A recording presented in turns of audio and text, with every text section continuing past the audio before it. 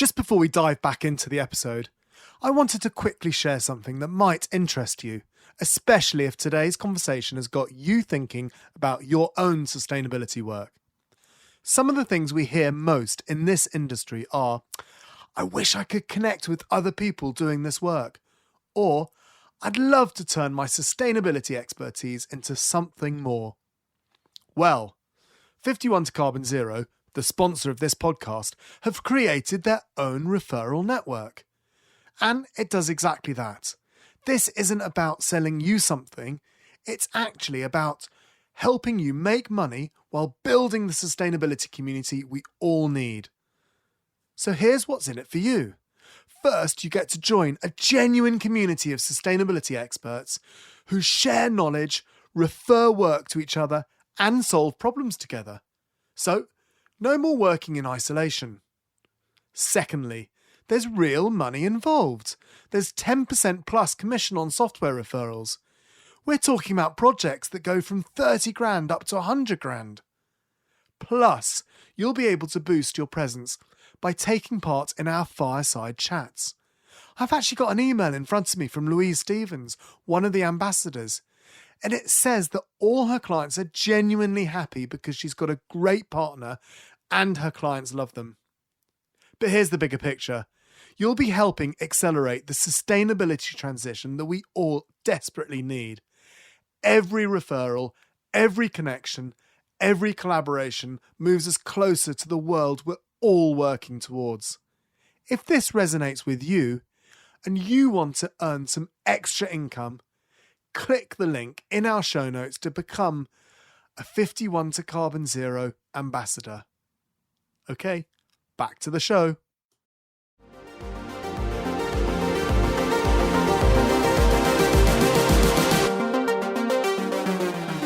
Welcome back to the Green Element podcast, where we feature business leaders and innovators transforming their operations to be more environmentally and socially sustainable. I'm your host, Will Richardson, and I can't wait to meet our guest today and help you on your journey of sustainability.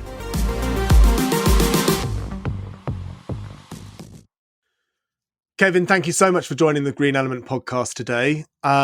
You are Kevin Wilhelm from Sustainable Business, and you are the CEO of that said business. Thank you so much for coming on. Thanks so much for having me.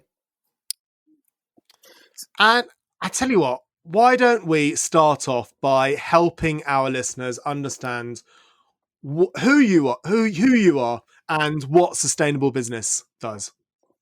Sure. So my firm, Sustainable Business Consulting, we've worked with about 195 companies across about 37 different industries, and mostly with global brands, but also with smaller regional and medium-sized companies, to help them realize the business value of better social and environmental practices, and to find ways to not only find cost savings through those actions, but really ways to enhance their brand, to communicate to their employees and their stakeholders about their actions, and to really kind of help push the needle towards the bigger kind of environmental and social challenges we have, but through the lens of business as opposed to the government or the NGO sector.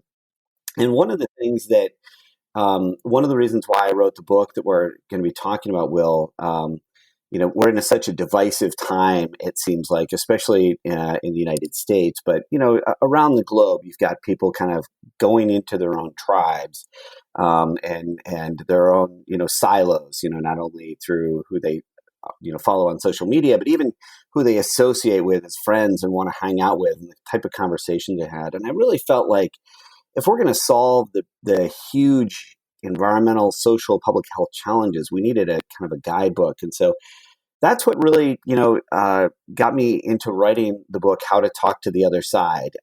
It's about finding common ground in a time of coronavirus, economic recession, and climate change. And I really felt like when the coronavirus hit here in February of 2020, that I knew that all of the underlying divisiveness that was out there, that this issue, solving the public health crisis and the economic recession that was going to come, was going to get politicized, and people were going to just fall into their camps and start shouting at one another. And I wanted to find a way to give people a guidebook, a playbook for how to talk to people again, and but not just talk politely, but actually solve issues. And throughout the book, we have 8 chapters where we really get into using sustainability and many of the things that you talk about on the Green Element podcast, to find those win-win scenarios for, say, Republicans and Democrats, to cross the rural-urban divide, to break down the barrier between business environmentalists, to find ways that you can get people who are climate deniers and climate advocates in the same room to find solutions. And so that's really what the book is about, was giving people not only the language and the tools, but showing them the hope and aspiration for kind of a better way through for either side of those arguments. Okay, yeah, that makes sense. It's funny you mentioned climate deniers. I immediately thought the world is flat when you said that, because it's actually really hard to find scientists that will agree that the climate isn't changing, but the world could be flat. I think it is on my map book anyway. It's kind of like assuming that England's going to do okay in the World Cup. It could happen. Brilliant! I love it. Yes, I'm not a big football fan, but I know that that'll probably annoy quite a lot of people. But it's true. It's so true. I watch and go, really? I don't know why you're so excited about this, but I'm going to keep quiet because I'm actually going to piss off an awful lot of our listeners. Anyway. So what's your background? How come you ended up in this area? Well, it's interesting. I don't have what you would call a traditional kind of sustainable business background, because I think people your age and my age, this business didn't exist, this field. And so I was very much a traditional business person that would do a lot of consulting work with organizations on ways to find, cost savings and financial improvement, competitive advantage, or strategic advantage against some of their competitors. And a lot of the times as I walk around an organization, kind of the stuff I was, taught as a young kid by my parents or school, or, would pop out at me, and I'd be like, well, there are lights that are left on. There's waste that could be, avoided. Hey, that's somebody's wasted time and energy. And once I started combining it with the dollar signs, I found that, by just consulting people about money, that there was, people would listen. If you said, hey, I could save you money or make you money, there was no ideology to it, because you could help somebody within the organization. And then when I moved out to Seattle, I really was in a spot where I wanted to do the sustainability consulting, but didn't really feel like, I kind of thought like I was a pretender because I hadn't really done it. And I went around town and talked to about 62 different other organizations and said, somebody needs to be the advisor to businesses on how they can address climate change and how they can actually make money by doing it. And everyone to a T was like, that's a great idea. Somebody needs to do that. And then I was like, darn it, I guess I got to start a firm and do it myself. And so we did, and we've been at it for close to 15 years now, and have been really successful working with organizations across the spectrum, from people who think climate change is a hoax, and even that the coronavirus is a hoax. We still can make progress. Yeah, that's unbelievable, isn't it? Yeah, it is. I mean, it's really hard to sit in that conversation and just, devoid of reality. And one of the things that, again, one of the reasons for writing this book was, I was curious to understand how people really thought, on those sides. I mean, everybody on the kind of left and kind of in the green movement knows how we think, but hardly anybody knows how the other side thought. And so we ran a number of interviews and focus groups and surveys. And really what it came down to was that the people on the other side, when you stripped out the noise and the ideology, they're good people. Everyone's pretty much a good people that have the shared same aspirations. You want a healthy family, you want a solid job, you want to be able to retire, you want your kids to get a good education, you want your sports teams to win, and so when you start at that level, you have common ground and you have that reasoning. And what I was trying to understand was how do people on either side of an issue get to these extremes? And what I found is that, just like, I'll just use a case here in the United States, that the way that, say, Republican voters who voted for President Trump in 2020 are feeling devastated right now and hurt is exactly how Democrats felt 4 years ago. They felt like their world had been absolutely destroyed when he was elected. And, so realizing that the feelings and the anxiety and the fear is the same. Now, why the fear is there is different. And so the book really, on how to talk to the other side really gives you the techniques for kind of peeling back the onion. And what I found was like a climate denier or someone who is really against, the coronavirus restrictions or says it's a hoax. When you pull them out of the screaming talking points and you just start talking to them and lower your voice, it's really about listening. And everyone's got a personal story as to why they fear it. And when it comes down to it, I found that most people were saying that that say COVID-19 is a hoax or that they were never going to wear a mask.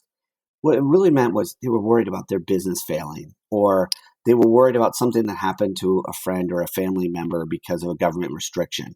And that's really what it was about. And you needed to Oh, solve wow. that. And same thing with climate change. My most ardent climate denier clients, and I would say there's in any client, and I'll just use a company, you've got people across the spectrum, but say the organization wants to move forward, but maybe a CEO or CFO or somebody like that is a denier. When I start asking them things about, well, do you think there's a risk to your business from extreme weather? Do you think that, you need to be embracing millennials and what they care about, not only as customers, but as employees? They'll say, oh yeah, I know I've got to do this, but, and then they say, well, if we admit to this, Al Gore is going to make a ton of money and I just hate the guy. Or, if I open this, it's just going to open another can of worms and then I'm going to have to do 10 other things. And where's it going to stop? And so you realize that once you kind of peel back a few layers, and I think one of the issues is that people aren't willing to listen. They want to tell. Everyone wants to kind of convince the other side, and you can't convince the other side. You can't convince a Buddhist to become a Hindu or a Muslim to become Jewish. They're just on their side. But what you can do is you can find common ground by listening. And usually what I tell people is it's painful for the first 2 or 3 minutes while they scream and yell and tell you all the reasons that, your side is destroying the world.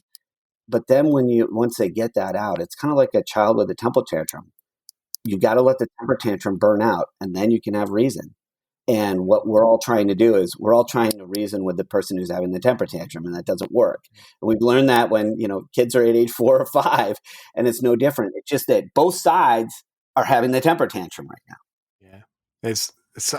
I was having a conversation with one of my best mates who is from and lives in Missouri, and quite a Trump central, and I would say he reckons most of his friends probably voted Trump, and he didn't. But he was saying to me what was annoying was he wasn't able to say anything because before he even opened his mouth, he was being told everything he said was rubbish. So it goes exactly what you're saying. There's no listening, and I think that's a really important point that you're making and you've made through that. And to your point, Will, on that example, and I find this even sometimes. I find myself very much a kind of a center middle person.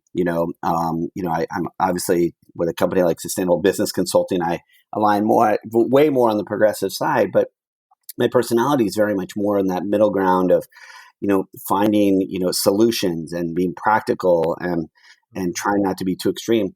And I've been in conversations on the left and on the right where I feel incredibly uncomfortable because I know I'm being attacked. And I feel like, well, that's exactly where I need to be. And I need to sit with that uncomfortableness.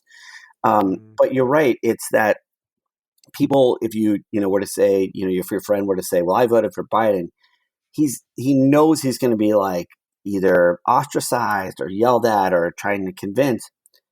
And what he really needs is, to not to just put politics to the side and the ideology to the side and say, okay, well, you're still my friend and we like to drink beer. Let's talk about, whether it's race issues, income inequality, healthcare, whatever it is. Engage on the issues and engage on something that's not controversial to start. And that opens the conversation to bigger things. Like I always say, I may show up at, my kid's soccer game or, at an event with, people I don't know. I don't dive into really divisive issues. You don't start talking about abortion or immigration or gun rights or something like that. You're like, where are you from? What do you like to do? What are your hobbies? And so the first part of the book, How to Talk to the Other Side, is really about what we call the 4 commonalities. And it's, just like anything, when you have a conversation, you start with, where are you from? And everybody's from somewhere. So that's level setting, because where you're from or where I'm from, it's not better or worse. It's just different. And everyone can reminisce about growing up, and everybody has something they didn't like when they grew up. And you can talk about shared experiences in travel and hobbies and sports, and by doing that, you build kind of the camaraderie to then have the conversation. But I think right now everyone's so hyper, anxious and fearful and angry on both sides that they want to get to those issues right away. And I say, you can't do that. It's like anything. I tell people, it's like when you're trying to, you think back to your 20s when you're trying to date somebody, you don't go up to them at a party and be like, here's everything about me and every reason why you should like me and I'm the right person. First you got to listen, find out what they're interested in, see if you have a match, and then you can get into the deeper things. You don't start that way, but we're all so busy and stressed out that we just kind of allowed that to happen. And have you found that with the research that you did for your book, has it helped you? So has it helped you, full stop, and has it helped your business as well? Yeah, it definitely has with both. And, it's funny because I didn't write it for my business. I wrote it more, and my co-author, Natalie Hoffman, we wrote it kind of to help save society. It was kind of like, we started writing this in February, we put it out in May. We would have never thought you would have the racial, issues that popped up in June. You never would have thought that government forces would be invading some of our cities, things that seemed crazy. We certainly thought that coronavirus was going to be over in 4 or 5 months and we'd figure it out. But we wrote it because we were like, there is such divisiveness. There needs to be a path forward. And I think it's helped me understand where other people's anxieties are and to be more empathetic. And from our business, I think what we've been able to do is teach other people, how to be more empathetic and in ways that for their businesses. So for our business, it enables us to go to our clients and say, well, you know how to get to your current customers, but there's this whole other base of customers that aren't going to you.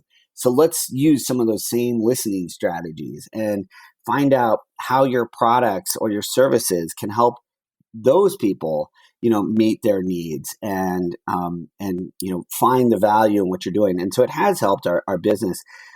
It certainly wasn't written with that purpose, but those same skill sets. And so what I've been trying to do is get it out there and teach it and, tell people as much as possible rather than just saying, buy this book. It's, hey, this book is a great resource, but here are a lot of strategies and techniques that can really help you.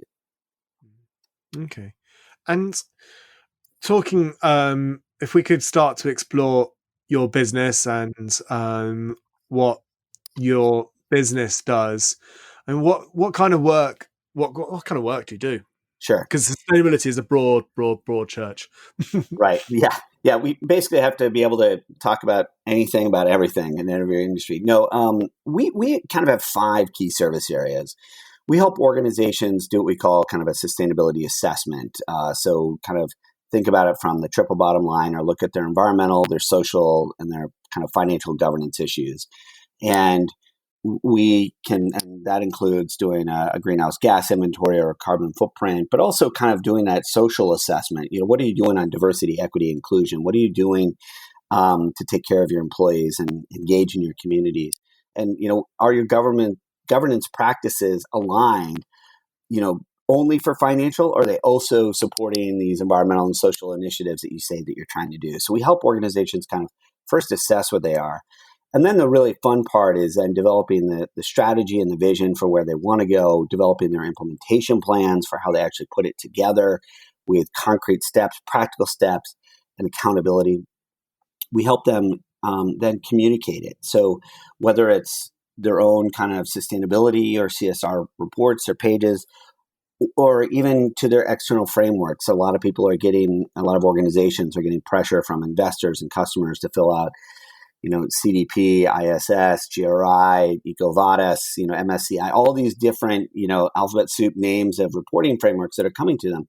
So if we start with, okay, you're eventually going to have to go and report to these, let's go back and assess where you are so that we can get you on the scale, help you find ways to improve, but that align with your business value as well, not just go green because it's the right thing to do, but if you're going to, embrace kind of that green element, in what ways would you do it first that are going to save you money or, move the needle quickly so that then you can, build upon that. And because we are trying to explore and understand ways that we can help businesses, it's great to be able to talk to an expert in what it is that you do. And what sort of things do you advise? This is, I'm trying to word it in a way, because if I'm thinking, because we do something similar, I'm thinking of a way that what I wouldn't get annoyed with if someone asked me a question. Because if someone said to me, what sort of things do you do to advise? It's like, well, where do I start? Yeah. But I guess if we look at, I don't know, that company that you were talking about, that these are these customers that you wouldn't necessarily have. What sort of, not arguments, but what sort of things would you advise them to do in order to change and move into that strategy? Well, a lot of it, and I'm sure you know this, Will, like a lot of organizations just want to start doing stuff right now. And, it's like, hey, we've got a directive from our board, or we're really excited about this. Let's do a footprint. Let's start doing some stuff to, improve diversity, equity, inclusion. And, let's start working on ways that we can address climate change. And you need to do that. We tell them kind of first off, it's like anything. We all need to get on the scale on January 1st and go, oh God, I ate too much over the holidays. Let's dial this back. So the first thing you need to do is you need to do that assessment, and kind of get your greenhouse gas inventory. You got to have a baseline so you know where you're coming from. So okay, these are the areas that I really need to work on. But we also then want organizations to do that stakeholder engagement and materiality exercise that, we'll do, where they, so often organizations just they're in such a rush to get something done that they skip the step of asking their customers, their employees, their suppliers, their vendors, their investors, what do you care about? So it's just like we talk about in the book. It's like everyone's like, well, let me tell you what we think is great, as opposed to going, what do you want? And what's most important to you? And by finding out what your stakeholders care about and what's most material to your organization, then you can align the activities, better and smarter and more efficiently with, that can deliver that, business value to an organization. I'll give an example. For 5 years, we worked with a pretty large financial institution that we did the greenhouse gas inventory and then help set their sustainability strategy and their CSR report. And we just kept saying, you need to do this materiality assessment and stakeholder engagement. You got to find out, do your customer, what issues in the environment or on social justice do they really care about? Because you're doing a bunch of stuff, but do they care about what you're currently doing, or they expect it, or do they even know about it? And what we found was, they didn't jump to that until 5 years down the line, and they probably spent, $500,000 on this kind of thing. And the reality was, when we did the survey, only one employee had ever read their CSR report, and it was on year 5. None of their customers had read it. A lot of the things that they weren't doing on the environment, customers assumed they were doing on the environment because they had seen some pretty graphics on the page. And then a lot of the social stuff, they just expected it as a norm. And so things that they were hyping as norms, they were like, well, to us, that's just kind of table stakes. So don't talk about that. What we really want to see is X, Y, Z. And so we, use this as a cautionary example with our clients of saying, let's first find out, what you need to do. And again, it gets to that point of, everyone's so much of a rush. And I would say government organizations are the worst at this because, a politician, they want to do something now, and they don't want to spend a year listening to, the poor neighborhoods that they never talk to because they just want to deliver something to them. And then but to enable it to have that long-term success, you have to do those listening sessions first. And because what I found, what we and our organizations have found, by doing those listening sessions first, what you find out is these are going to be your barriers, and these will be your opportunities to overcome those barriers to success. And by understanding those and building them in your strategy at the front end, then when you roll something out, you have a greater chance of success. Plus, you've engaged your stakeholders and you've created a whole bunch of allies who want to see you succeed and do that work. So by skipping that step, yes, you can go faster to something, but you're probably going to run into a wall in year 2 or 3 on something, and then have to restart, as opposed to taking that kind of longer term view right at the front. So we advise organizations, like when we do the assessment, here are a bunch of low hanging fruit, cost saving things you can do right away, and let's be thinking about the long term at the same time, because when an organization embarks on this type of thing, they're not doing it for 6 months or a year. They know they need to commit to it for 3, 5, 10, 15 years. And so if you throw that to them and say, well, if you're going to do this for 15 years, how many starts and stops do you want to do? 4, 3, 2, or just want to nip it in the bud on the beginning? And they'll answer it, no, let's nip it in the bud. And that changes the discussion. That's such good advice. Brilliant. That's such good advice.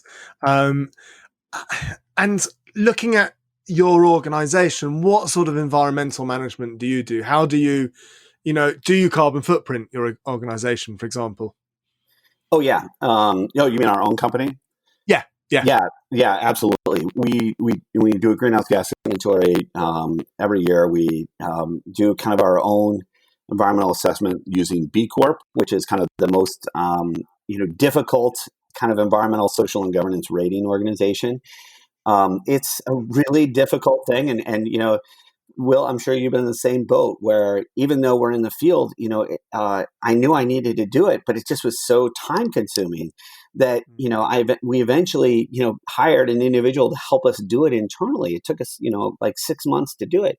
But once we've done it and committed to it, now it's always been in our values, but now it's not only in our values, it's in our policies. And so we've been carbon neutral since 2006. We've actually been carbon negative since 2018, meaning that we make sure that we're, planning, more, we're taking care of more offsets and what we're putting out into the environment. But more importantly, one of the things we started tracking was, we're like, what can our firm do in Seattle, Washington on such a giant issue like climate change? And we thought we can lead and we can move the needle with companies that are thousands of times larger than us. And so what we've been able to do is that in an average year, we're helping organizations remove about 1 million times or more of our own emissions that we're putting into the environment. And so, yes, we track our stuff. Yes, we're carbon neutral. Yes, we now have all renewable energy. Of course, COVID, now everyone's working from home and our business travel is stopped, which were two of our bigger emissions areas. But from a social side, we had to really look at ourselves and say, even though we're 80% women in our office, and 2 of the 3 owners are women, and we're probably diversity wise we're split 50-50. We just kind of felt, what else can we be doing? Where, from a social justice perspective, from a equity and inclusion perspective, what can we do with our purchasing policies, our hiring policies, our partners, our subcontractors? And those type of just taking that hard assessment of ourselves has forced us to be better on it. But it's also been a great experience because we know that when we're advising clients, we know they're going to have to go through that exact same, really difficult process.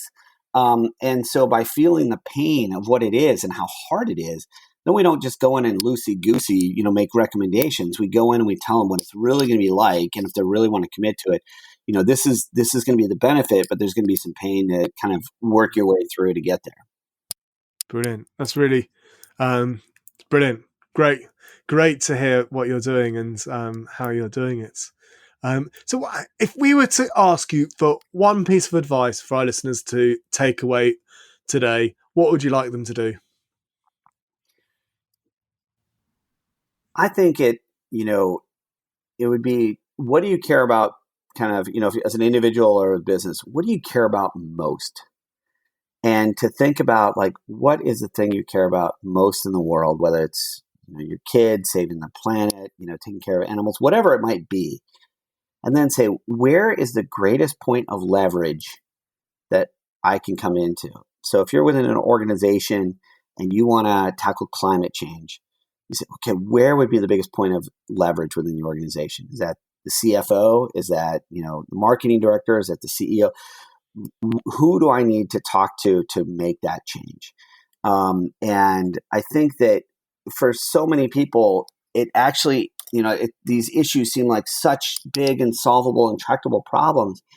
But, within an organization, everyone's made of people. And the people that are making decisions are very much like you and I. And, so if you want to make efforts towards diversity, equity, inclusion, you not only need to talk to that, diversity officer, but you need to talk to maybe somebody, how can you get to somebody at the board or the executive level to, the point of leverage where they can really commit to it and put the resources behind it and bring the whole organization around and figure out what is my inroad? What does that person care about? And how can I help them with what they care about most, align with the issue I care about most, and find that common ground. And if you can learn to do that within an organization, you can do it on any problem. Brilliant. Thank you. And I mean, where can we find more information about you and your organization? Great. Well, about our organization, you can find it at www.sustainablebizconsulting.com. So sustainablebizconsulting.com. I have a personal website because I'm contractually obligated for my publisher. So you can reach me at kevin-wilhelm.com. And you can find the book, How to Talk to the Other Side, on Amazon. And you can either put in my name, Kevin Wilhelm, or just How to Talk to the Other Side. And I will say that do scroll down, because there are some books in there that it's like How to Talk to the Other Side, which is about how to talk to people in the afterlife and craziness and all that kind of stuff. And you'll see mine, probably 3 or 4 down from the top. Awesome. Thank you so much. Thank you for today, and thank you for being on. Thanks so much for having me, Will. And to all your listeners on Green Element, keep signing up and review and give positive reviews to Green Element. This is a great podcast. Brilliant. Thank you. Thank you so much, Kevin. Thanks for listening to our Sustainable Business podcast. If you want to learn more about sustainable business and talk to other like-minded professionals, apply to join to our online community at sustainabilitysolve.org. Join now and find a space for you to collaborate, learn, and inspire others to become more environmental. If you enjoy this podcast, don't forget to follow Green Element on LinkedIn, Twitter, and Instagram. So you really enjoy sustainability and want to be a part of the solution? Come and join our vibrant community now. Book a call and we can talk more.